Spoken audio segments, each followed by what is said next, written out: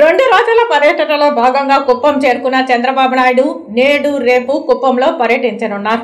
చిత్తూరు జిల్లా పర్యటన నిమిత్తం వచ్చిన టీడీపీ అధినేత నారా చంద్రబాబు నాయుడు స్థానిక పీఈఎస్ ప్రాంగణంలో ఏర్పాటు చేసిన హెలీప్యాడ్ పై హెలికాప్టర్ ల్యాండ్ అయింది. చంద్రబాబుకు జిల్లా టీడీపీ నాయకులు ఘన స్వాగతం పలికారు. కుప్పం కొత్తపేటలో వెలిసిన శ్రీ కన్యకా పరమేశ్వరి కుంభాభిషేకం కార్యక్రమంలో పాల్గొన్నారు. అనంతరం మహిళలతో ముఖాముఖి కార్యక్రమంలో పాల్గొన్నారు.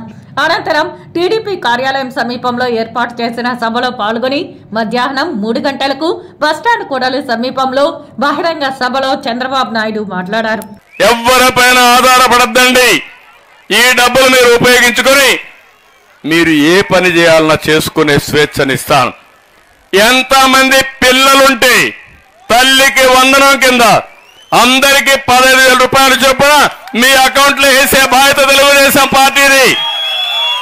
అదే మరిగా మిత్రపక్షాలని ఎన్డీఏది. మూడోది, గ్యాస్ ధరలు పెంచేశారు. ధరలన్నీ పెరిగిపోయినాయి. ఏమమ్మా ఏదైనా కొనే పరిస్థితులు మీరున్నారా?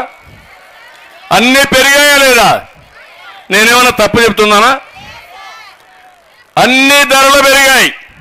పెట్రోల్ 76 రూపాయల నుంచి 111 అయిపోయింది.